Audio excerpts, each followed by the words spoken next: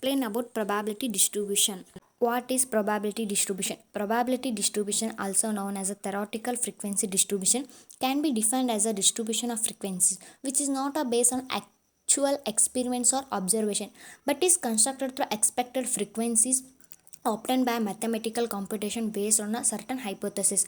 Types of probability distribution: discrete theoretical distribution and continuous probability distribution. In discrete theoretical distribution, binomial distribution, Poisson distribution, rectangular distribution, multinomial distribution, negative binomial distribution, geometric distribution. In continuous probability distribution, normal distribution, F distribution, chi square distribution. Types of discrete probability distribution: binomial distribution and Poisson distribution. Binomial distribution: a binomial distribution can be thought of as simply the probability of success or failure outcome in an experiment or survey that is repeated multiple times. The binomial is a type of distribution that has two possible outcomes. For example, a coin toss has only two possible outcomes, head or tails, and taking a test could have two possible outcomes, pass or fail. It is associated with the name of James Bernoulli, hence also known as a Bernoulli's distribution. Real life example: if you purchase a lottery ticket, you aren't either going to win a money or you are not.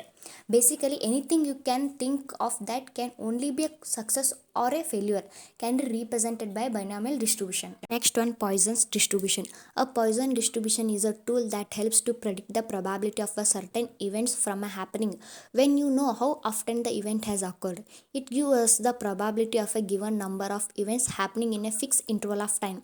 Originated by French mathematician Jean Poisson in 1837. Often used in rare cases where value of p is very small, that is p approaches to 0. Value of k is equal to 1. Value of n is very large.